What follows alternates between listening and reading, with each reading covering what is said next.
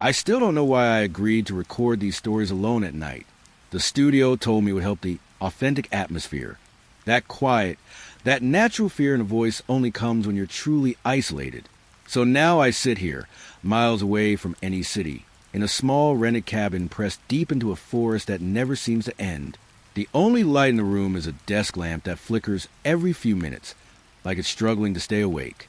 Outside, the trees move slowly even when there is no wind. I checked, twice. The air itself feels heavy, like it's listening back. Every sound inside this cabin feels too loud. The sough from the refrigerator, the creak of the wooden floor, even my own breathing when I pause too long. I told myself I wouldn't get distracted. I told myself I would just read the files, record the voiceovers, and leave before morning. But something about this place keeps pulling my attention away from the screen. Every few minutes, I feel like the shadows in the corner of the room are not staying still. And the strangest part, I keep hearing footsteps outside the door. Slow, patient, like whoever is walking out there already knows I'm not going anywhere tonight. I tried calling someone earlier.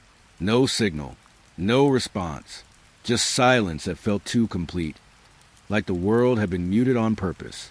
Now I'm sitting here, staring at the dark reflection of the window, and I swear, sometimes it doesn't move the same way I do. That's when I saw it, standing just beyond the tree line, watching, and it didn't blink. I arrived just before sunset. The sky was pale and quiet, the color of old paper. Cold air drifted through the trees, carrying the smell of damp wood and distant rain. The cabin stood alone at the edge of the forest. Small, still, almost waiting. Gravel crunched beneath my shoes as I walked toward the porch. Each step echoed longer than it should have, like the land was listening. I had booked the place weeks ago. No neighbors, no signal. Perfect for recording in silence. The caretaker met me halfway up the steps. An older man, heavy coat, eyes that avoided mine. He hesitated before speaking. "You checked in earlier," he said softly. I laughed at first, a polite correction forming on my tongue. But he didn't smile. He flipped through a small notebook, pages worn thin. Same name, my name, signed hours ago. The handwriting looked familiar, too familiar. I told him there must be a mistake. He only nodded slowly, like someone agreeing with whether they couldn't change. "The key's already inside," he said. Then he left. No goodbye, no explanation. Just footsteps fading into trees that rustle without wind. The door opened easily. Warm air brushed my face. Not fresh warmth, used warmth. Like someone had been living their moments before. Lights were already on. A lamp hummed quietly beside the couch. Dust floated through pale yellow glow. My suitcase felt heavier in my hand. Inside smelled faintly of coffee and soap I recognized. I stepped farther in. My recording equipment sat neatly on the table, unpacked, cables coiled exactly the way I always arranged them. Microphone angled toward the chair I preferred. I froze. I hadn't opened my bag yet. The zipper still sealed shut behind me. A slow pressure built in my chest. The cabin creaked gently, with settling around me like breathing ribs. On the kitchen counter sat a mug, black ceramic, small chip near the rim. My mug, the same one I kept at home. Steam no longer rose from it, but warmth lingered when I touched the handle. Someone had been here recently. Someone who knew me. I checked every room. Bedroom first. The bed was unmade. Sheets folded the way I sleep. One corner tucked under my leg. My jacket hung in the closet. Not similar. Mine. The faint scent of my detergent clung to it. I ran my fingers along the sleeve. Fabric soft. Real. The mirror above the dresser reflected me standing there, confused, slightly pale. But something about the reflection felt delayed. Not wrong. Just late. I turned away quickly. The bathroom sink held a toothbrush. Blue handle. Bent bristles. I picked it up carefully. Still damp. My stomach tightened. I listened. No footsteps. No movement. Only the low hum of electricity behind the walls. And the forest outside, rustling softly as if shifting closer to here. Night arrived faster than expected. Darkness pressed against the windows. The glass reflected the cabin interior, like another room watching back. I sat at the recording table, headphones waiting, notebook already open to a blank page, except it wasn't blank. A single sentence written in my handwriting. You finally came back. My throat felt dry. I tried remembering writing it. Nothing came, just a hollow space where memory should be. The floor creaked behind me. I turned. Empty room. Chair gently rocking, though I hadn't touched it. The air carried warmth again, a presence without shape. I spoke aloud without meaning to. Hello. My voice sounded absorbed by the walls. The cabin answered with silence, but not empty silence. Listening silence. Patient. I noticed small things after that. Books arranged in order I liked. Food in the fridge matching my usual groceries. A sweater folded on the couch I didn't remember packing. Every object felt rehearsed, prepared, like the cabin had studied me, or remembered me. Near midnight, I found a photograph on the bedside table. The cabin porch, same angle as outside, and me, sitting in the chair, smiling faintly, morning light behind my shoulders. I flipped it over. Today's date. My hands trembled. I had only just arrived. Wind brushed against the walls. The forest exhaled. Branches scratched softly against it like fingers testing a surface. I walked back to the living room slowly. The lamp flickered once, then steadied. For a moment, I felt certain someone stood just outside my vision, not hiding, waiting for recognition. I sat on the couch. The cushion sank as if already shaped for my body. Comfort settled over me too easily, too familiar. A strange thought formed. Maybe I hadn't arrived tonight. Maybe I had already been here. Maybe the cabin wasn't prepared for me. Maybe it was continuing something unfinished. The clock ticked softly, each second slower than the last. I listened to my own breathing fill the room, and beneath it another rhythm, almost matching mine. Not quite, close enough to feel intimate, close enough to feel known. I looked around once more. Every object rested exactly where it belonged. Exactly where I would have placed it. The realization moved through me quietly. The cabin didn't feel occupied. It felt accustomed, like I wasn't a guest, like I was returning to a place that had been waiting patiently for me to remember I lived there. Outside, the forest rustled. Inside, the walls held their breath. And somewhere within the cabin's stillness, I felt certain it recognized me, before I recognized myself. Midnight arrived without warning. The cabin darkened slowly, the last pale light fading from the windows like breath leaving glass. I sat alone at the table, headphones resting near my hand. The air felt heavier tonight, thicker, almost electric. That was when I noticed the radio. It sat on a shelf near the kitchen doorway. Old, square, dust gathered along its edges. I hadn't seen it earlier. The antenna leaned sideways, bent like a broken finger. A faint crackle slipped into the silence. Static, soft at first. Barely there. I turned toward it. The noise grew stronger, filling the room with thin whispers of electricity. Not loud, just enough to settle into my ears. I stood slowly. The floor groaned beneath my weight.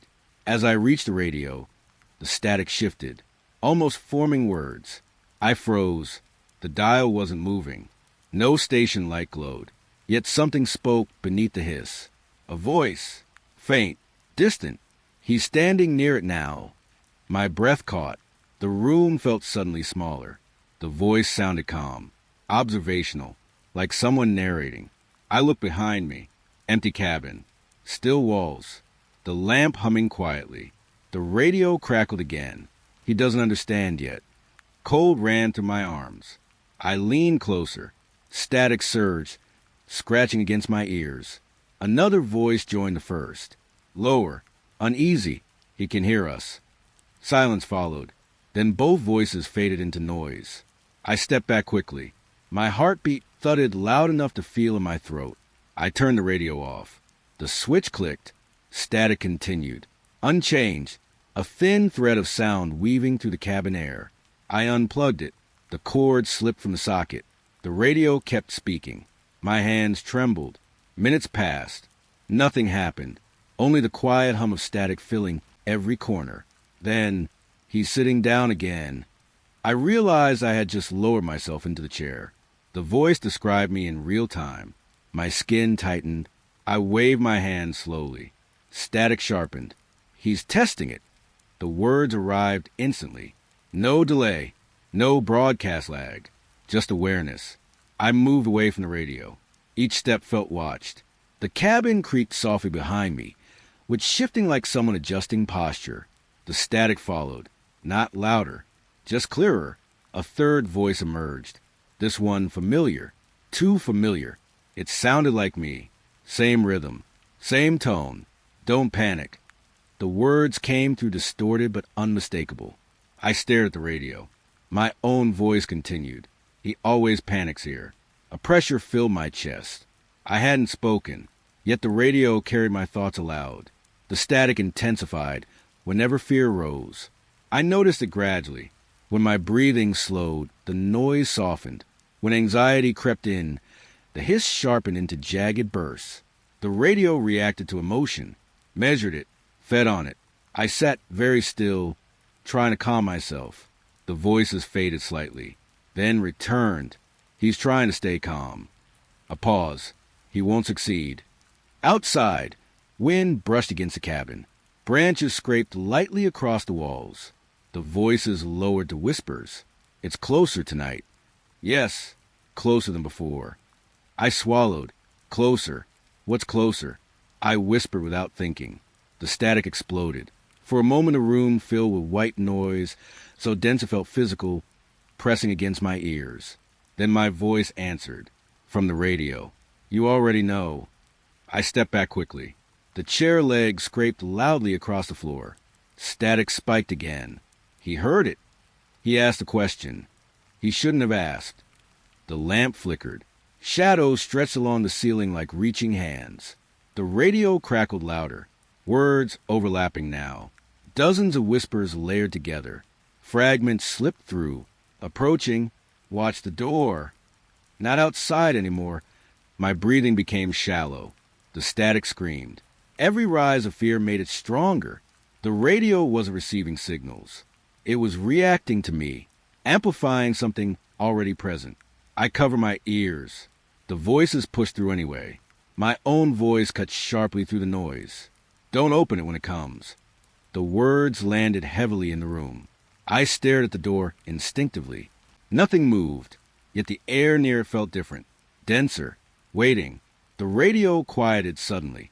Static thinned into soft, fragile noise. A final conversation whispered through. He hears us now. Yes.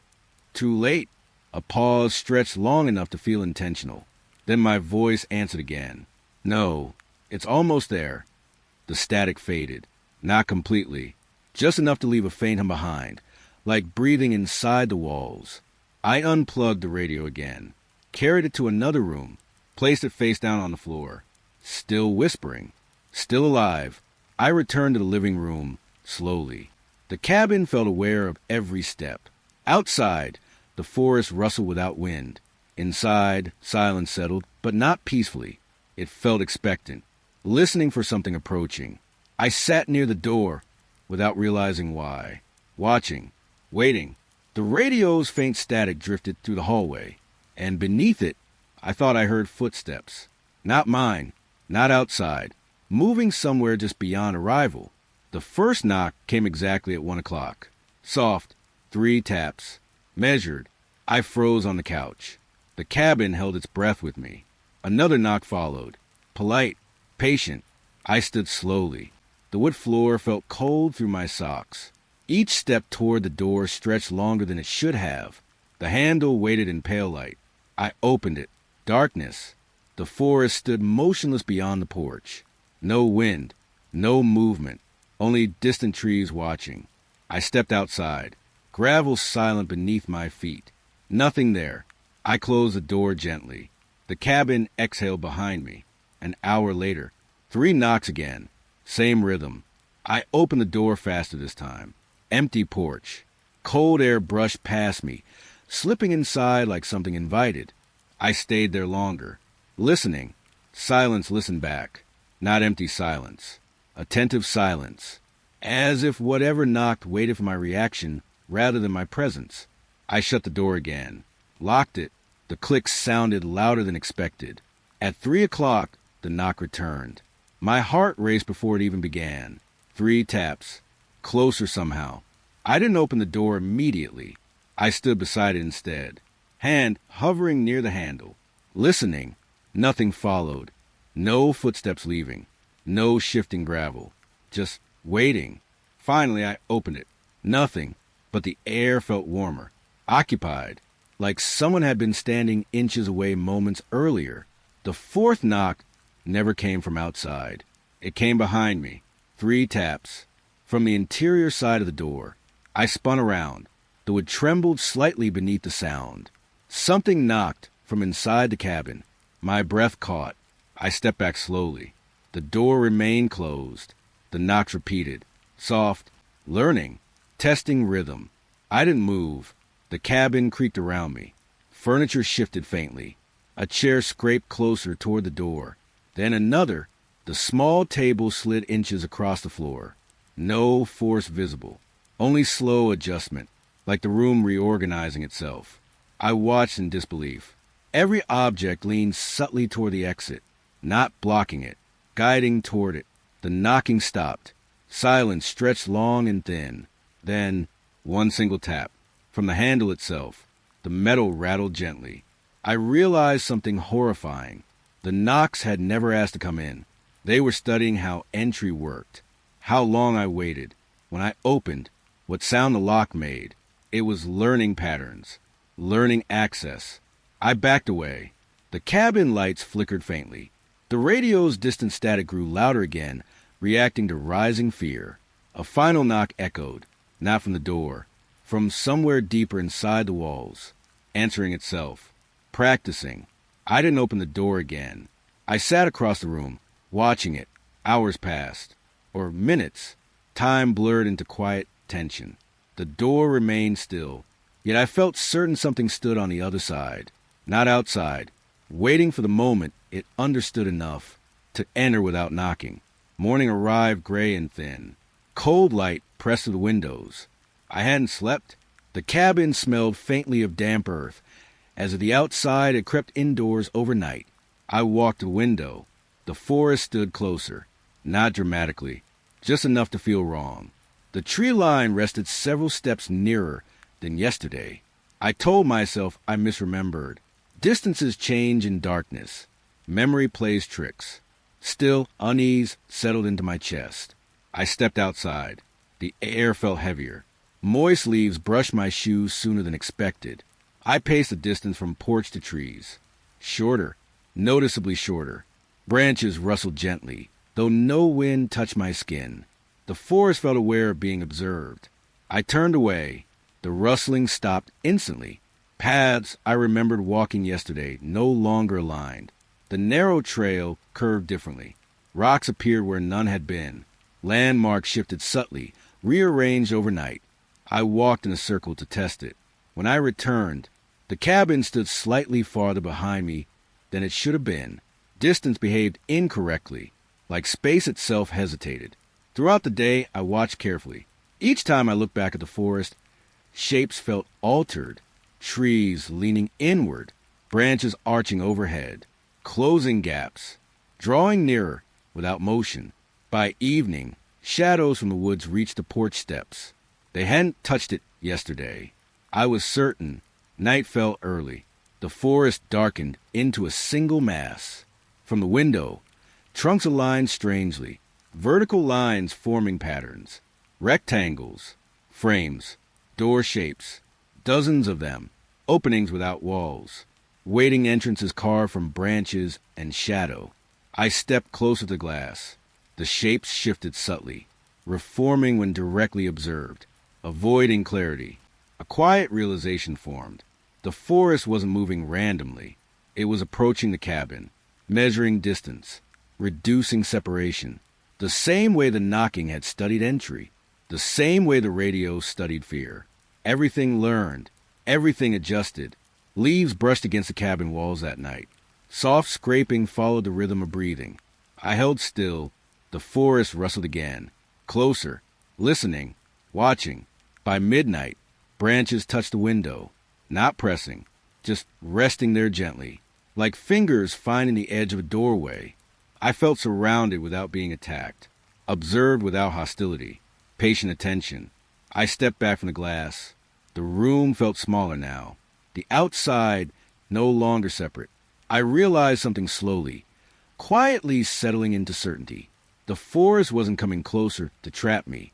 It was coming closer to join the cabin, to erase the space between inside and outside. When I turned off the light, darkness filled the room instantly.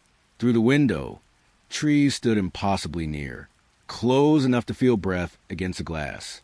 And in that stillness, I understood the forest wasn't advancing step by step. It was remembering where it used to be, and returning until there would be no distance left at all. Morning light entered slowly, thin and pale, sliding across the floorboards like something uncertain. I stood before the bedroom mirror.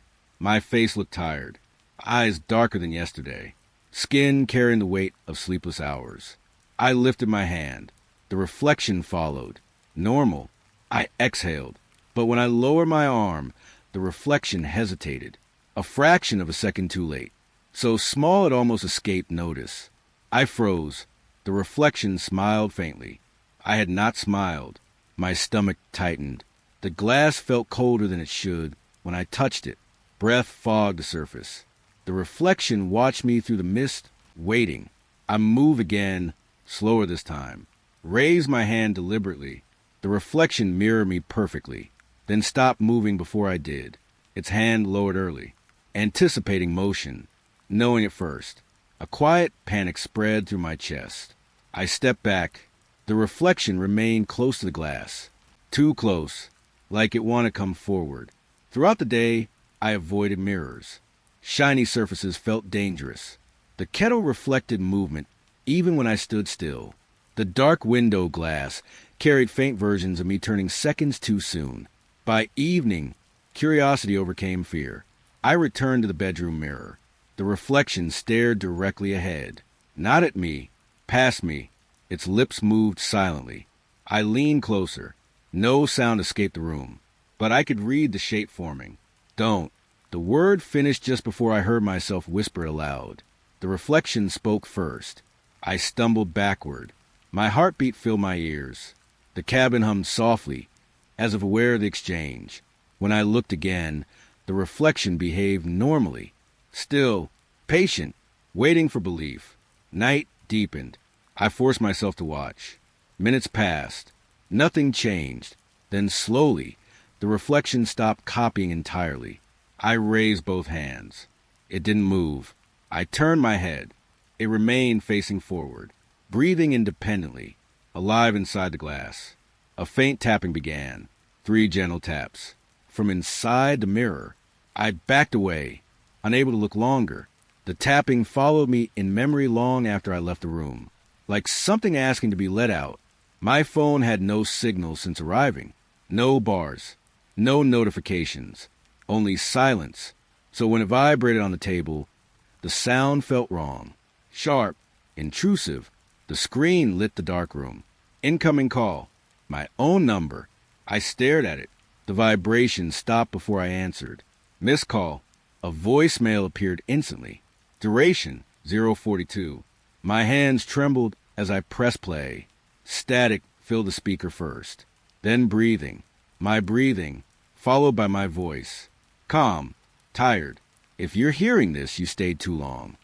I froze. The recording continued. I'm outside now. I finally left. I looked around. I was still inside the cabin. The message ended abruptly. Silence returned heavier than before. Another call arrived. Same number. I answered this time. Only static. Deep and hollow. Then faint movement beneath it. Footsteps. Not through the phone. Through the walls. The call disconnected.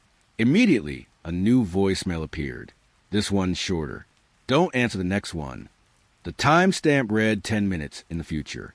Calls continued throughout the night, each from my own number, each voicemail describing moments I hadn't experienced yet. Sitting by the window, turning off the lights, walking toward the hallway. Events that happened minutes later, exactly as described. The phone wasn't recording me. It was ahead of me, living slightly forward in time. Near midnight, the ringtone sounded again, but this time it came from somewhere else too. A faint echo beneath the floor, inside the walls. The cabin rang with me, multiple phones answering unseen calls. I held mine tightly. The call screen showed location unknown. I declined. The ringing inside the walls continued anyway. Closer now, moving slowly, searching.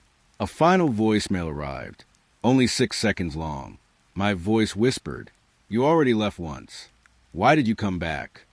The screen went dark. The phone never rang again.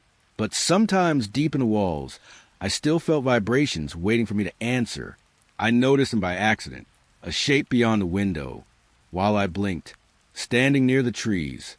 Still, when I focused directly, nothing stood there. I dismissed it at first.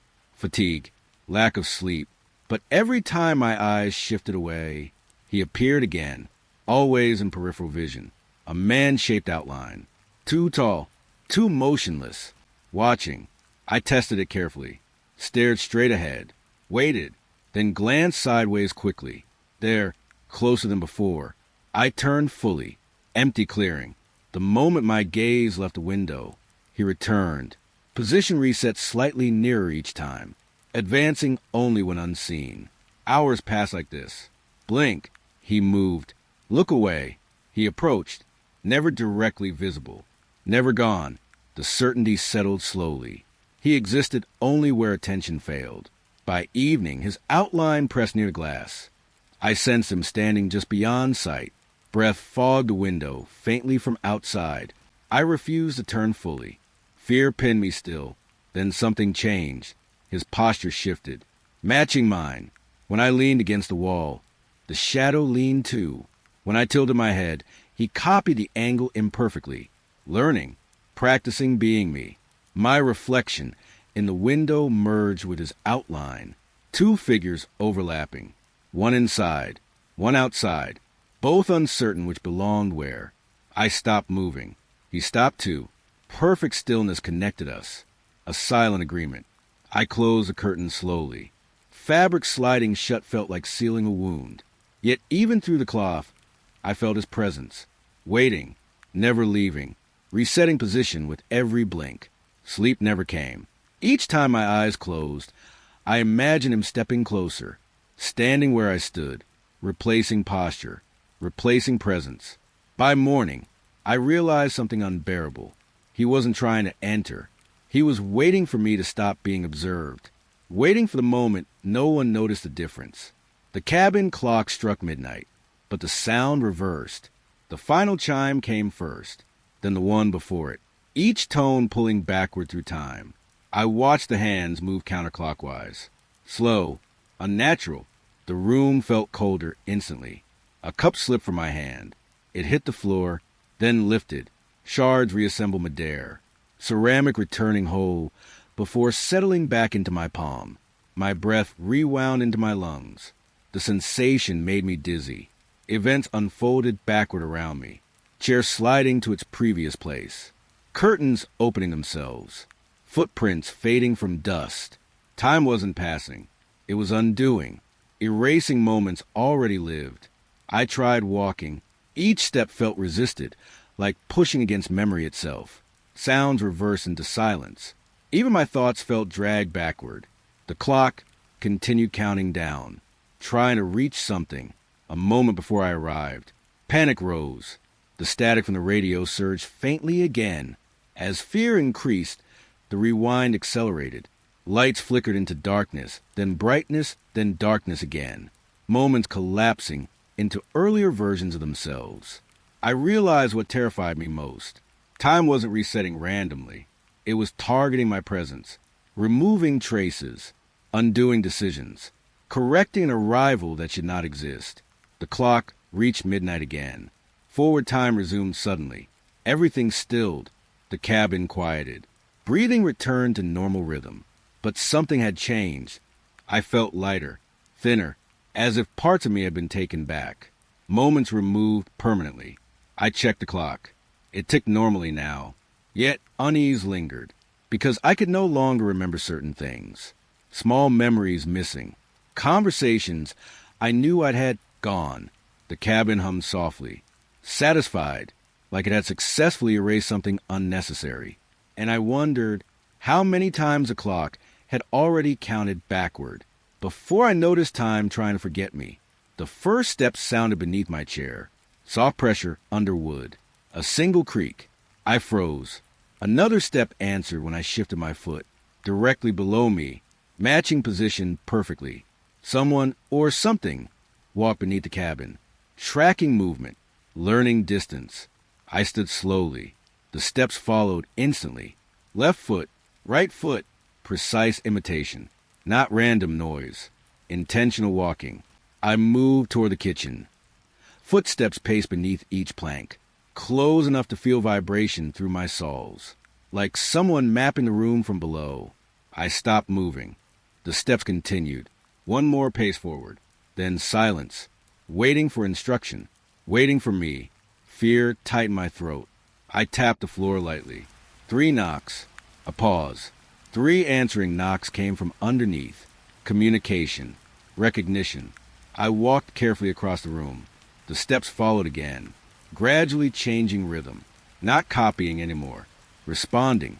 Testing patterns. The creaks formed sequences. Long, short. Short. Pause. Long, long. Repeated again. I listened closely. The rhythm felt deliberate. Structured. Language hidden in movement. Hours passed as the pattern continued. The floor became a voice. Footsteps spelling meaning. Eventually the rhythm clarified. For groups of beats. Repeated again and again. I counted silently. D, O, N, T. The message formed slowly. Don't. More steps followed. Stop. Listening. The word spread beneath the entire cabin. Footsteps moving room to room. Mapping walls. Learning layout from below. I realized something terrifying. Whatever lived underneath was building an understanding of the space above. Understanding me. The steps approached the bedroom. Paused beneath the bed. Then moved toward the door. Tracing escape routes. Measuring exits. The cabin creaked deeply. Almost protective. Or complicit. I couldn't tell. I lay down carefully. The footsteps settled beneath me. Directly under my chest. Perfect alignment. For a long time, neither of us moved. 2 presences separated by thin wood. Listening to each other breathe. Eventually the steps faded. Not leaving. Just becoming still. Waiting beneath the floorboards. Learning patience. Learning silence. And I understood the warning wasn't comfort. It was instruction. Because if I ever stopped listening, I might never know when the footsteps finally decided to come upstairs. I opened my laptop just after midnight. The screen glowed softly in the dark cabin. Pale light brushing the walls like moonlight trapped indoors. I hadn't recorded anything yet. That was the plan for this trip. Silence. Isolation. A clean beginning. But a folder waited on the desktop. Untitled recordings. I didn't remember creating it. The cursor blinked patiently. Inside were audio files. Dozens. Each labeled with dates, including tomorrow's. My hands felt cold as I clicked the first one. Playback began instantly. Soft static. The faint hum of the cabin. Then my voice. Calm. Whispering. Describing the room exactly as it looked now. Every detail correct. The lamp. The window. The feeling of being watched. I stopped the audio halfway through. My throat tightened. I had never spoken those words. Another file sat below it. Time-stamped 20 minutes ahead. I hesitated, then pressed play. My voice again. Breathing uneven. He's outside the window now. I turned slowly toward the glass. Nothing there, yet my skin prickled. The recording continued. I shouldn't have looked. The audio ended. A faint rustling followed after silence. Branches brushing glass. A sound that hadn't happened yet. Behind me, the window tapped softly. I didn't turn back. More files appeared as I watched. New ones generating in real time. Each containing moments that hadn't occurred. Future memories stored before existence. One file stood apart from the rest. its name written in all capitals.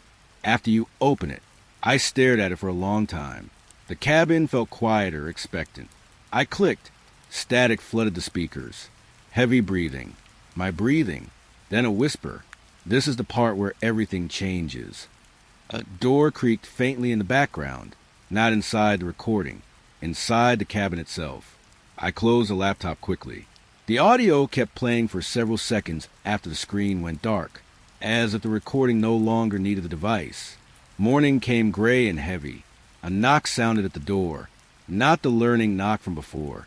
Gentler, human. I opened it cautiously. A man stood on the porch. Ordinary clothes, calm expression, familiar in a way I couldn't explain. He smiled slightly. I was nearby, he said softly. His voice carried warmth that felt misplaced here. I didn't invite him in, yet he stepped inside naturally, as if returning home. He looked around the cabin, nodding. You kept it the same, he murmured. I had never met him. I was sure.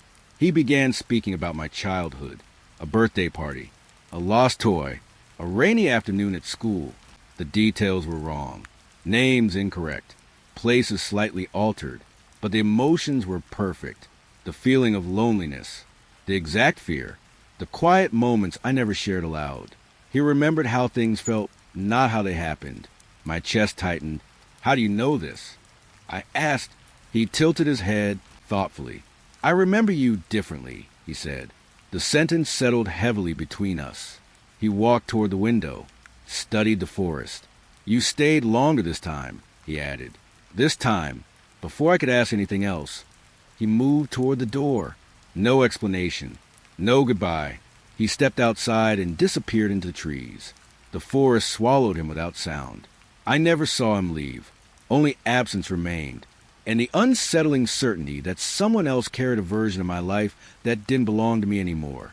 That night, the cabin lights flickered, softly at first, barely noticeable. I inhaled. The light brightened. I exhaled. It dimmed. I tested it again. Breath in, glow stronger. Breath out, fading warmth. The room synchronized with my lungs. Every emotion exposed instantly. When fear rose, the light pulsed violently. When I forced calm, darkness crept closer. The cabin responded like a living sensor, watching internal states made visible. I tried holding my breath. The light froze mid-glow. The silence deepened unnaturally. Pressure filled the room. As soon as I inhaled again, brightness surged back violently. The cabin wanted breathing, wanted emotion, needed reaction. I moved slowly, trying to stay calm. But every anxious thought caused flickers along the walls. Shadows stretched when fear increased. Darkness gathered whenever I attempted stillness. Hiding emotion became impossible. The room exposed everything. I felt transparent, observed from all sides. Eventually I sat on the floor, breathing slowly, matching rhythm with the lights. For a moment harmony formed. Soft pulses, gentle glow, almost peaceful. Then fear returned without warning. The lights flared bright white. Every corner illuminated, nowhere left to hide. The cabin knew exactly how I felt before I admitted it myself. I found the door near midnight. It hadn't existed before. A narrow wooden hatch beside the hallway wall. Dustless, waiting. The cabin layout felt subtly different, as if space had rearranged overnight to make room for it. I knelt beside the handle. Cold metal. Breathing echoed faintly from below. Not mine. I opened it slowly. Dark stairs descended endlessly. No visible bottom. Only thick darkness swallowing light. Curiosity overcame hesitation. I stepped down. Each stair older than the last. Would warped with age. The air smelled stale, heavy with forgotten time. Objects appeared along the walls. Familiar belongings. My jacket, my notebook, items I brought aged decades, covered in dust, rotting gently. Versions of my possessions from another timeline. The deeper I went, the quieter the cabin above became, until only my breathing remained. Then another sound joined. Soft audio playback. Voices whispering. I followed it. At the bottom stood a small room filled with recording devices. Old microphones. Tape recorders. screens flickering faintly. Every device played footage of me sleeping upstairs. Different nights, different angles. Some recordings older than my arrival. I watched myself dream, turn, wake briefly. All captured long before the basement existed. A realization settled heavily. The cabin had been recording me before I came, before I booked it, before I arrived. The lights flickered violently above. I climbed back up quickly. The stairs seemed longer now, stretching, reluctant to release me. When I reached the top, the hatch closed behind me by itself. Seamless wall returning. No trace of a basement remained, only the memory and the feeling of having descended into a place that already knew me better than I knew myself. Snow began during the night. I noticed it through the window, white flakes drifting slowly past the glass. Peaceful, until I realized they were rising, not falling. Snow lifted from the ground toward the sky, each flake reversing gravity. Silent ascent into darkness. Outside, the world behaved incorrectly. Footprints filled themselves backward. Wind moved without touching branches. Distant noises arrived before their sources appeared. Time felt unanchored, like reality had loosened its grip. I stepped onto the porch. Cold air brushed upward against my face. Snow gathered at my feet, then lifted away again, erasing presence, undoing contact. The world reversed natural order piece by piece. Sound behaved strangely, too. A rustle reached me before leaves moved. An echo arrived before I spoke. Cause and effect separated. The cabin hummed behind me, steady amid instability, as if it existed outside normal rules. The rising snow formed faint patterns in the air. Lines, curves, shapes resembling doorways again. Openings leading nowhere. Invitations written in motion. I stepped back inside slowly. The door closed with unusual finality. Through the window, snow continued climbing into the sky, taking silence with it, taking certainty. I realized something was not merely changing weather. Something was reversing the world itself, correcting direction, returning everything to an earlier state, a time before arrival, before memory, before me. And as the last flakes lifted upward into darkness, the cabin stood perfectly still, the only place where gravity still remembered which way was down. The whisper began after midnight, so soft I thought it was wind at first. A faint movement inside the walls, dry with breathing. Insulation shifting slowly like something settling deeper into sleep. I lay still in bed. The cabin was dark except for thin moonlight pressing through the curtains. Then I heard it again, closer this time, not outside, inside the walls. A voice without direction, barely louder than my own thoughts. Aqsa Salim, my full name, spoken gently, carefully, as if testing pronunciation. My chest tightened. I sat up slowly, blankets sliding against my skin with a soft rustle. The whisper stopped immediately. Silence filled the room. Listening silence. Waiting for reaction. I held my breath. The cabin held its breath with me. Seconds stretched. Then the whisper returned. From a different wall. No, that isn't right. A pause. Would creak faintly. Aqsa. It corrected itself. Learning from my attention. Adapting. The realization sent cold through my arms. It changed when I reacted. I stood carefully and walked toward the hallway. Each step felt loud despite moving slowly. The floorboards answered with faint settling noises, as if guiding me. The whisper followed, not chasing, relocating, always just beyond reach, behind walls, above the ceiling, sometimes beneath the floor. It knew exactly where I stood. I pressed my ear against the wall. Cold would touch my cheek. For a moment, nothing. Then breath, not spoken breath, remembered breath, like an old recording playing too quietly. You forgot this part. The words slid into my mind rather than my ears. I pulled away quickly. My reflection flickered in the dark window beside me. It watched with concern I didn't feel yet. The whisper continued throughout the cabin, in fragments, broken sentences, half memories. You were afraid of storms. You stopped answering after the third night. You promised to listen. Memories surfaced faintly, moments I couldn't fully place. Events that felt emotionally true, but incomplete. The whisper knew things I had forgotten, things I wasn't sure had ever happened. I moved into the living room. The air felt warmer there, almost welcoming. The voice softened. Closer now.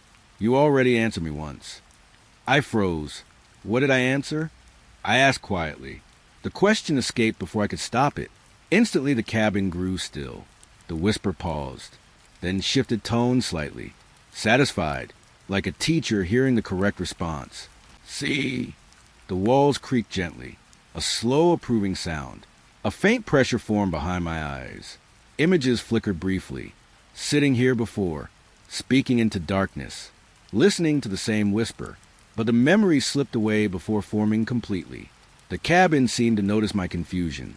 The whisper returned, calmer. You said yes. My pulse quickened. Yes to what? The question lingered unanswered. Lights dimmed slightly as fear rose. Shadows stretched longer across the floor. The whisper adapted again. Lower. Kinder. You wanted to stay. The words wrapped around me like reassurance. Comfort mixed with dread, because part of me felt relief hearing it, as if the statement was true, as if leaving had never been the plan. I walked toward the bedroom slowly. The voice followed along the walls beside me, never ahead, never behind, always parallel, a companion moving within structure itself. We remember together, it murmured. The sentence felt intimate, possessive, shared memory replacing individual thought. I lay back on the bed. The mattress settled instantly around my body. The whisper softened further, almost a lullaby, repeating my name again, each repetition smoother, more confident, like practice ending, recognition complete. The ceiling creaked softly, expanding with quiet warmth. I realized something unsettling. The voice no longer sounded separate from the cabin. It sounded like the cabin thinking aloud. And worse, sometimes it sounded like me. Not perfectly, but close enough that my own inner voice began blending with it. Sleep crept slowly over me, heavy and unavoidable. Just before drifting off, the whisper spoke one final sentence. Clear, certain, right beside my ear though no one stood there. You came back because you missed us. The walls settled gently afterward. Silence returned, but it no longer felt empty. It felt occupied, comfortably so. And as sleep finally pulled me under, I wondered whether the whisper had learned my name tonight, or whether it had been waiting patiently for me to remember that it already knew it. I noticed a change when I woke. The hallway felt longer, not dramatically, just enough that my steps didn't match memory. The bedroom door opened into a different angle of light. The kitchen stood where the living room should have been. For several seconds, I believed I was disoriented. Then I saw the walls. Drawings covered them. Thin pencil sketches layered over the wood. Lines of rooms. Doors connected by arrows. Layouts evolving like unfinished thoughts. Some drawings were crossed out. Others circled carefully. Future versions of the cabin. I touched one sketch. The wall felt warm beneath my fingers. The drawing showed a door beside me that didn't exist. A moment later, which shifted softly behind my back. A new door appeared. Seamless. Already aged. Already familiar. The cabin wasn't rearranging randomly. It was updating itself. Remembering new configurations. I walked through the new doorway. The air changed immediately. Colder. Quieter. The room beyond hadn't existed yesterday. Furniture sat half-formed, like memories still stabilizing. When I turned around, the hallway behind me had moved again. The original path was gone. A slow dread settled in my stomach. Escape routes disappeared the moment I noticed them. The cabin evolved based on awareness. Observation caused change. Throughout the day, rooms shifted gently. Walls breathed inward. Corners softened. Doors led somewhere different each time they opened. I tried mapping the layout on paper. Each time I finished drawing, the cabin altered itself again, correcting me, staying ahead, like memory rewriting events after they happened. By evening, I stopped resisting.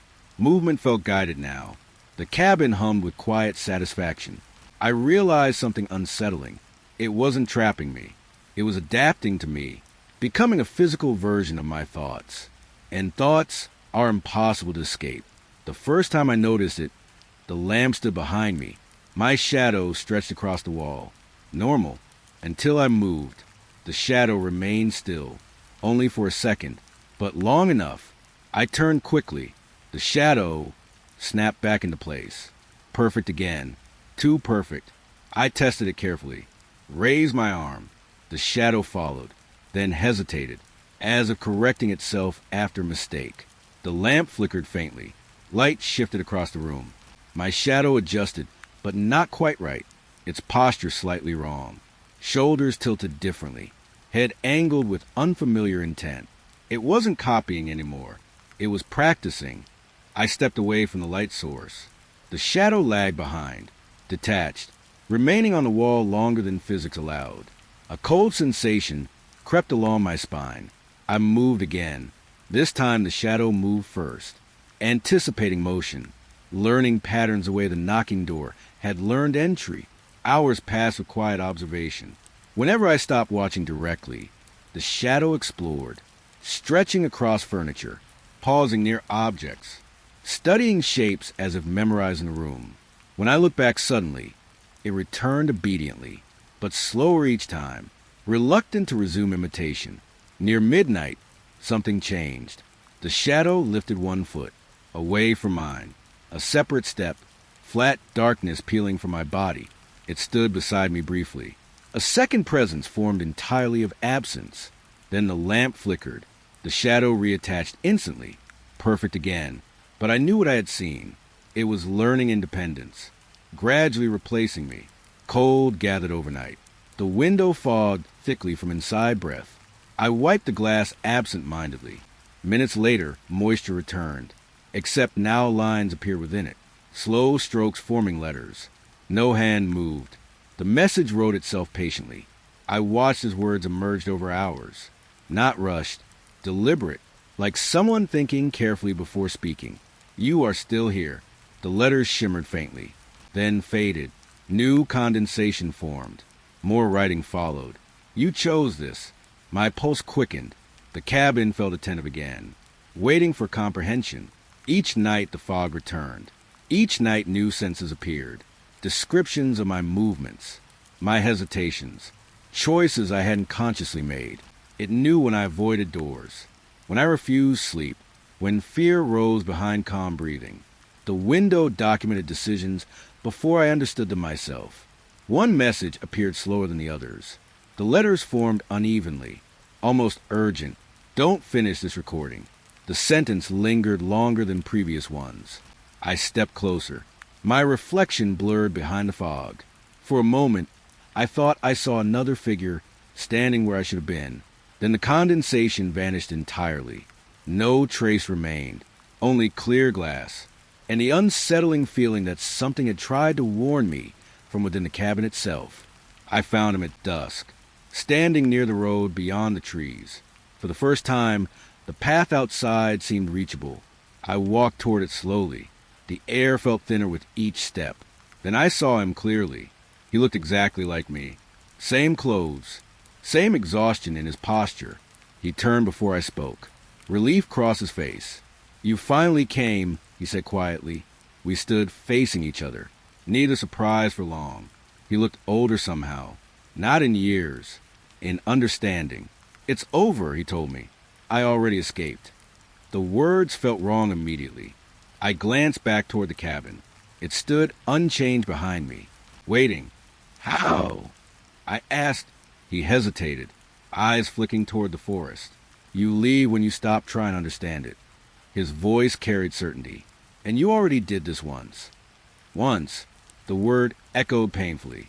Fragments of memory stirred again. Walking away before, believing it ended, returning anyway. He stepped closer. I noticed faint static surrounding him, like unfinished reality. You won't remember leaving, he continued gently. That's why you come back. My breathing grew uneven. The cabin hummed faintly behind us. Calling. I reached toward him. My hand passed through slight resistance. Not solid, not entirely real. His expression softened with pity. You're the version that stayed. The sentence split something inside me. Two timelines unfolding simultaneously. One leaving, one remaining, both convinced they were real. He turned toward the road. The path stretched endlessly forward. Warm light existed beyond the trees. Freedom. He began walking away. Each step made him fade slightly. I wanted to follow. My body refused. Invisible weight pulled me backward. The cabin's presence grew stronger. He stopped once more and looked back. "You'll understand eventually," he said, then added quietly, "It always starts again." He disappeared into distance without sound. The road emptied. The light faded. When I turned around, I stood once more at the cabin porch, without remembering walking back. That night, something changed. The cabin fell into absolute silence. Not ordinary quiet. Total absence. No wind. No creaking wood. No distant forest movement. Even my breathing sounded muted, as if sound itself waited for permission. I spoke cautiously. "Is someone here?" The silence lingered. Then a chair shifted slightly across the floor, stopping directly in front of me. An answer. "Yes." I swallowed hard. "What do you want?" The silence paused again. Longer this time. A book slid slowly off the table, landing open at a blank page. "Waiting." The cabin replied through movement, through arrangement. Silence had become intelligent. I asked another question. "Why me?" The lights dimmed thoughtfully. A photograph fell from the wall, face down. I turned it over. It showed the cabin. Empty. No person present. The implications settled heavily. I had chosen it, or it had chosen absence that matched me. Minutes passed. The silence felt alive now, listening carefully between each thought. Then something new happened. The room grew still again, expectant. A question formed without sound. The environment leaned toward me, waiting. I understood instinctively. It was my turn to answer. My throat felt dry. "What happens if I stay?" The silence deepened. The walls shifted slightly inward. Warmth filled the room, comforting, accepting. Then another question emerged from nowhere, not spoken aloud. Felt, "Why do you keep coming back?" The realization struck slowly. The cabin wasn't interrogating me. It was conversing, learning, understanding through shared stillness. I sat quietly as objects adjusted around me, furniture forming a circle, the room closing gently, like conversation settling into intimacy. Silence no longer felt empty. It felt present, attentive, patient. Eventually I stopped asking questions. The silence seemed pleased. The cabin rested. And for the first time since arriving, fear softened slightly. Because something finally listened back. Not judging, not chasing, simply waiting for whatever answer I might become. And in that quiet exchange, I began to understand that silence itself might be the true voice of the cabin, speaking only when someone finally learned how to hear it. I arrived at the cabin just before dusk, late autumn, the air thin and cold enough to sting my throat when I breathed too deeply. Pine trees surrounded everything, tall, still, their needles barely moving, even when the wind brushed past my jacket. I remember thinking how quiet it felt, not peaceful quiet, a listening quiet. The road behind me curved down the hill, pale gravel catching the last week light. My car sat where I left it, engine cooling, metal ticking softly. I told myself I would only stay one night, just rest, just silence. Then I would leave in the morning. The first time I tried to go home, nothing seemed wrong. I packed slowly, folded blankets, closed windows already fogged by my breath. The cabin smelled like old wood and dust warmed by weak sunlight. I stepped outside. Cold air pressed against my face. Leaves scraped across the ground like soft footsteps following too closely. I walked to the car, started the engine, drove down the narrow road between the trees. The forest thickened quickly. Branches leaned inward, shadows stretching across the windshield. 10 minutes passed, then 15, and then the cabin appeared ahead of me, exactly where I had started. The porch light flickered once. The same broken railing. My own footprints still in the dirt. I thought I had turned around without noticing. People do that. Road hypnosis. Fatigue. I laughed quietly to myself, though my hands felt colder on the steering wheel. I tried again. This time I paid attention. Every curve, every tree marked in memory. A fallen log shaped like a crooked arm. A cluster of pale stones beside the road. A bent signpost half swallowed by moss. I drove past all of them. Forward, always forward. The sky dimmed faster than it should have. Gray light draining away like water slipping through fingers. The forest grew unfamiliar. Then, the cabin stood ahead again, closer than before, waiting. My headlights swept across the porch windows, and for a moment I thought something moved behind the glass. I didn't stop breathing until I realized it was only my reflection. I sat there a long time, engine running, hands shaking slightly. The road behind me stretched into darkness, but it no longer felt like an exit. It felt like a circle. I walked instead, left the car idling, and followed the road on foot. Gravel crunched beneath my boots.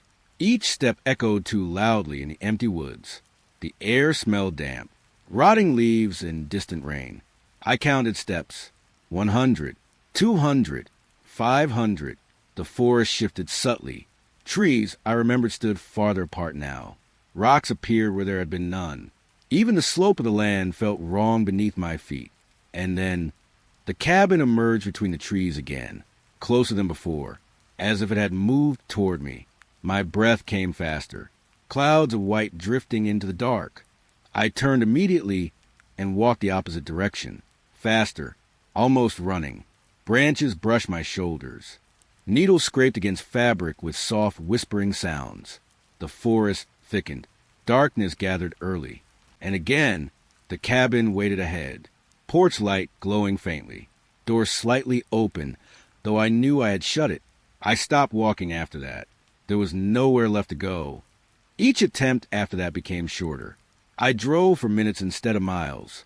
Walked for seconds instead of minutes. Every path folded back on itself. Impossible geometry.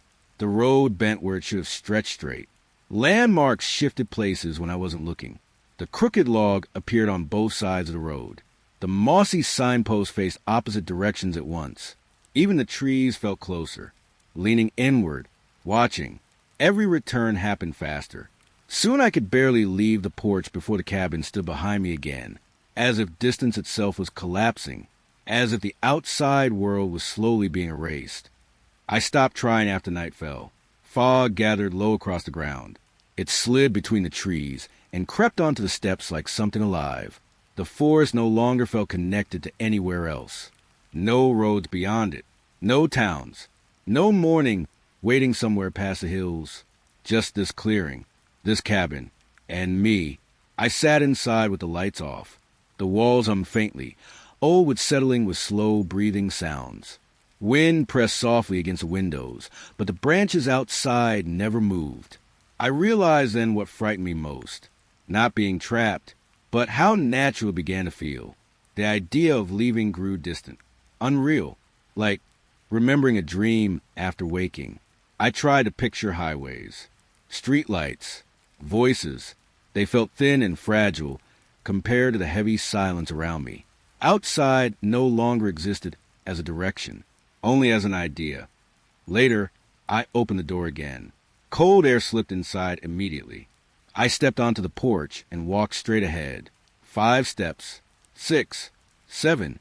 The world blurred slightly at the edges of my vision, and when I turned, the door was already behind me, closer than it should have been, waiting patiently, as if it had never allowed me to leave at all. I stood there a long time, listening to my own breathing, feeling the forest pressing inward from every side. Somewhere deep between the trees, something rustled, not moving toward me, just adjusting, like it knew I finally understood. The road didn't lead away. It only returned me, inside. The night arrived without ending. It didn't feel like darkness falling anymore. It felt like darkness staying. The sky held its color, deep, heavy, unmoving, like it had forgotten how to change. I waited for sunrise. That was the only thought that made sense at first. Morning always comes. That's what the mind insists on. But time in the cabin no longer behaved like something moving forward. It looped quietly, not resetting, just repeating the same pressure of night again and again. The clock on the wall ticked normally for a while. Then it reached a point it should have passed, and it began again. Same second, same sound, same faint wooden creak in the corner. I watched it for a long time. Nothing else changed. No birds outside, no shift in wind, only the steady, patient hum of the cabin breathing around me. I tried sleeping. At first, it felt like rest might solve it.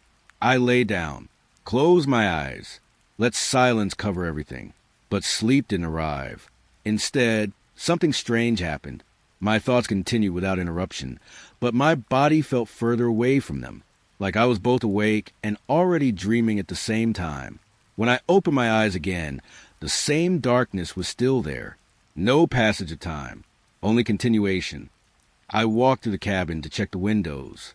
Every window showed the same night, not changing, not moving, just existing. The forest outside looked frozen in a single breath, trees leaning slightly inward, as always, waiting. Even a fog felt paused, suspended in air like it had nowhere else to go. I touched the glass. Cold, too cold for something that had been touched by time for hours, or maybe days. I couldn't tell anymore. The clock reset again, back to a time that meant nothing. The hands moved forward, but the feeling behind them was wrong.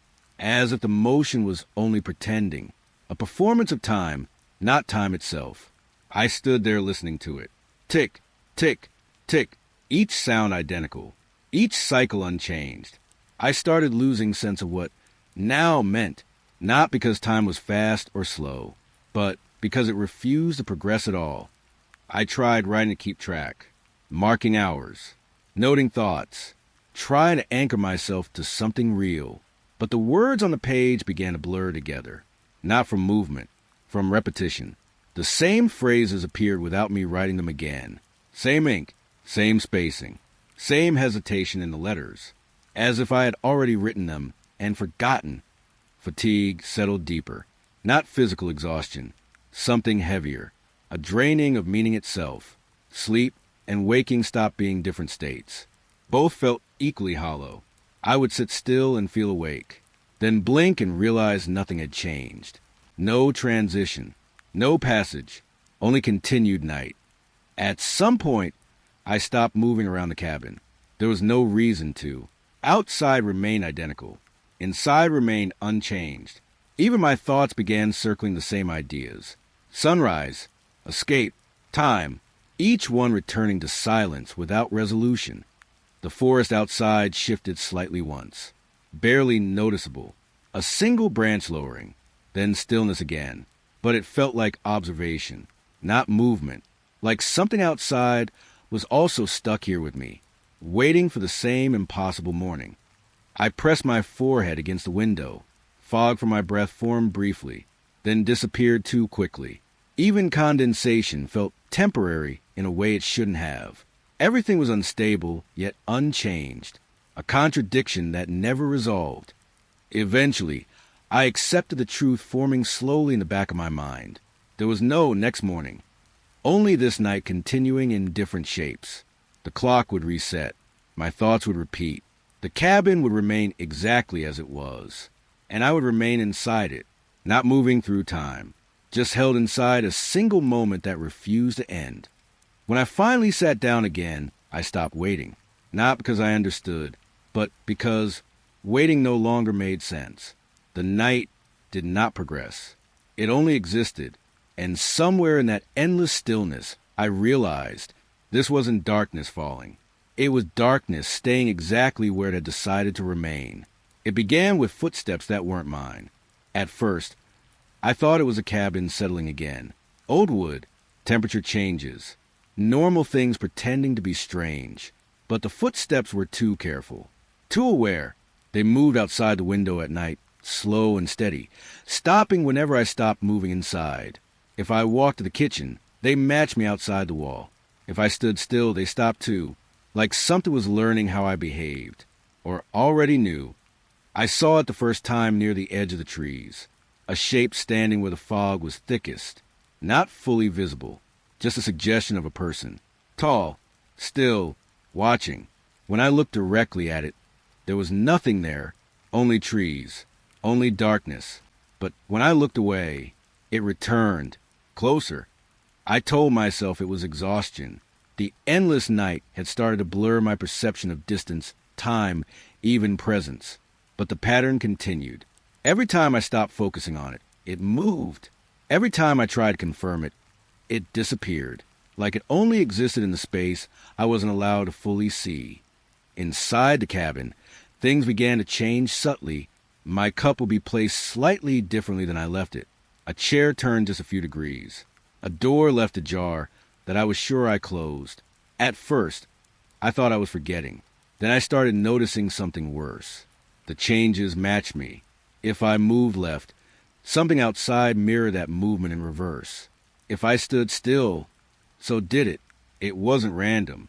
It was synchronized, like an echo learning to become original. The first time I saw it clearly, I didn't believe it was real. It stood just beyond the window frame. Same height as me, same posture, but delayed. Its movements lagged slightly behind mine, like it was watching me and deciding how to respond. I raised my hand slowly. It raised its hand a moment later.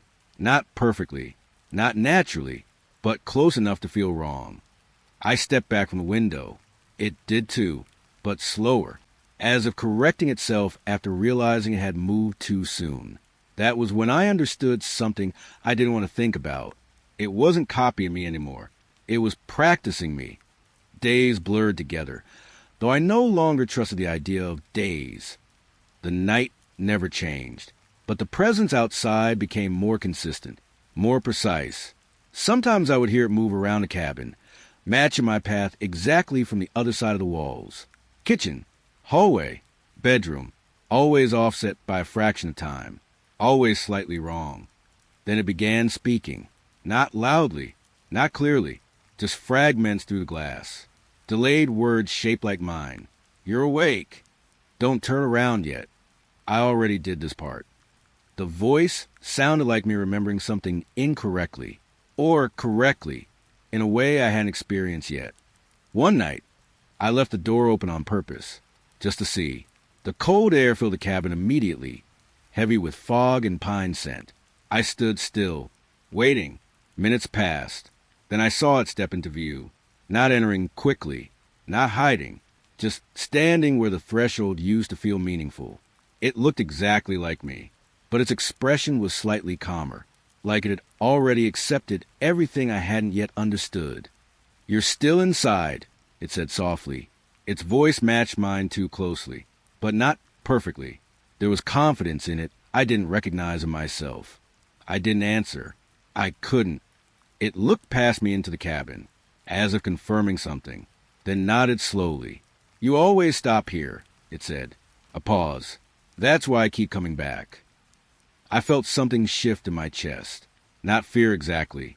Recognition that didn't belong to a single moment. Like this conversation had already happened before I realized it was happening now. I closed the door without thinking. The moment it shut, the presence outside didn't leave. It simply moved out of sight again, continuing the loop, learning the timing of my choices. After that, I stopped trusting reflections. The window no longer showed just me. Sometimes there was a second figure just behind mine. Sometimes it was ahead of me by a fraction. Sometimes it smiled before I did. I realized slowly that it wasn't trying to replace me suddenly. It was doing it gently, gradually, like erosion instead of impact. And the worst part was how familiar it felt, as if part of me had already agreed to this exchange long ago, as if I was only now catching up to a decision I had already made. Outside, the footsteps continued. Inside, I matched them without meaning to. Two versions of the same movement, one slightly ahead, one slightly behind, neither fully leading anymore. And somewhere between the walls and the fog outside, I stopped being sure which one was watching the other first. The recording appeared on my laptop without me opening anything. No file name at first, just a blank player, already loaded, already waiting. The cabin was quiet around me, but not empty. It never felt empty anymore, only paused. I stared at the screen for a long time before pressing play. My voice came through immediately, not recorded recently, not delayed, present and unfolding at the same time. Calm, controlled, too calm. I shouldn't be here when you hear this. I froze. The words were already wrong in a way I couldn't explain, because I was here, listening. Behind my voice and recording, I heard movement, footsteps on wood, a chair shifting, a breath I recognized but couldn't place in time. The audio didn't feel like playback. It felt like observation, like something happening while I listened. I tried to stop this. The recording continued. My voice sounded tired, not afraid, past fear. There's no version where it ends clean. A pause. Static filled the gap, but it wasn't empty static. It carried the cabin's hum. The same hum I could hear around me right now, exactly matched. I looked up instinctively. The room looked normal, but nothing in it felt separate anymore. The recording and the cabin shared the same silence, the same air. Then I heard something in the audio that made my stomach tighten. A faint knock, 3 taps, from the same rhythm as the door, but inside the recording, not outside. My voice spoke again. It already learned the timing. I looked at the door in my room. Without meaning to, it didn't move, but I still felt it listening. The recording continued. My ending is already happening while you listen. My voice sounded closer now, not through speakers, through memory, like it was sitting just behind my thoughts. I tried closing the file. The cursor moved, but the window reopened itself instantly. Same place, same playback, same voice continuing without interruption. You can't stop it by refusing it. The recording said softly. That's what I tried to. The cabin lights flickered once. Just once. And in that flicker, I thought I saw movement outside the window. Not new movement. Reused movement. Like the same moment happening again slightly differently. The recording changed tone. Still my voice, but slower now. Heavier. I remember this part wrong every time. A pause. Long enough that I almost believed it had ended. Then, you think you're hearing this for the first time. A soft breath, but you've already heard it finish. My chest tightened. That sentence didn't feel like information. It felt like recognition. Something inside me trying to align, failing, then trying again. The audio suddenly shifted. Background sounds intensified. Wind, with creaking. A door opening somewhere I couldn't place. But I could hear the cabin inside it. My cabin, from a perspective that wasn't mine. Then I heard myself speaking again in the recording, not narrating, reacting. No, don't open it. Silence followed. Then footsteps. Closer. Inside the recording. Inside the moment I was listening to. I stood up quickly. The chair behind me scraped softly. But in the recording, I heard that exact sound a fraction earlier. Before I made it, the voice continued. If you stop it now, it just starts earlier. A pause. So I stopped trying. The words landed heavily. Not like warning. Like acceptance already completed. The audio volume dropped suddenly. Everything became quieter, but not less present, more focused, as if the recording was now speaking directly into the space I occupied rather than through sound. Then my voice said something I didn't expect. You're going to think you're still choosing. A slow breath, but you're already inside it. The words felt closer than the speaker, closer than the laptop. I reached for the power button. My hand stopped halfway. Not physically, just unwillingly delayed, as if the intention itself had already been anticipated. The recording continued without waiting. This is where I try to end it. A faint sound like a door closing, then opening again immediately after. Repetition layered over itself. I turned it off here. My voice said, a pause, and it didn't matter. The audio suddenly contained something new. My own silence. Not speech, not narration, just me listening, which meant this moment was already inside the recording too. I pulled my hand back slowly. The laptop screen flickered. For a brief second, I saw another version of the room reflected in it. Same cabin, same table, but I was already sitting differently, watching myself listen. The recording softened, almost gentle now. You'll try to stop it when it gets here. A pause, but it doesn't arrive. It continues. The final section played quietly. My ending is not the end. A breath. It's the beginning that loops back into you. Then silence, but not the kind that meant stop. The kind that meant continuation without signal. The laptop remained open. The file still active, still present, even though nothing was playing anymore. Behind me, the cabin creaked softly, a familiar sound, like something adjusting its position to match what it had already heard. And for the first time, I wasn't sure whether I had just listened to a recording of the future, or if the future had simply finished listening to me first. The door no longer felt like a boundary. It felt like a misunderstanding. Inside and outside had stopped meaning anything separate. When I opened it, there was no moment of transition, no change in air, no change in light, only continuation. The forest was already in the cabin, not breaking in, not entering, just present where separation used to be. The walls had softened overnight, would no longer felt solid. It felt agreed upon, like it only stayed in place because nothing had questioned it at the same time yet. Outside, trees pressed gently through what used to be structure. Inside, furniture leaned into spaces that weren't rooms anymore. Everything shared the same space without conflict. I stood in what I thought was the hallway, but the hallway had already become part of the forest. Branches grew where ceiling lines used to be. Fog moved through corners that once held doors.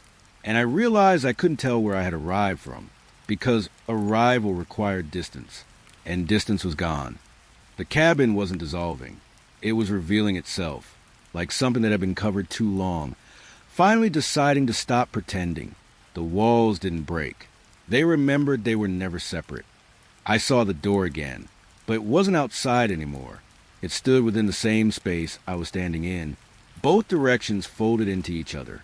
Threshold became a shape instead of barrier, something you could stand inside rather than cross. And then I understood the slowest truth of all. I had never really entered the cabin. I had only become aware of being inside it. The forest didn't come in from outside. It was already here, waiting for perception to catch up. Shapes moved softly through the walls, not intruding, just existing in layers I hadn't been able to see before. The same trees I had walked past outside now stood inside the structure of everything. Branches replaced beams. Roots replaced foundations. Silence replaced separation. I thought about leaving, but the idea no longer had direction.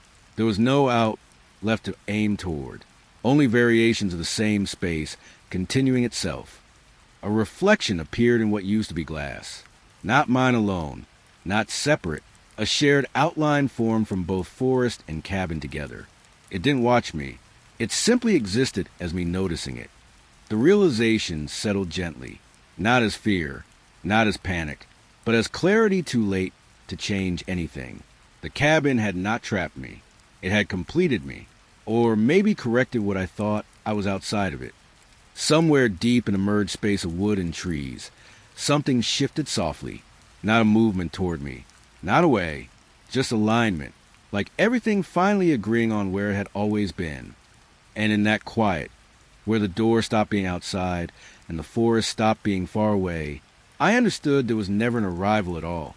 Only the moment I finally noticed I had been inside this place from the beginning.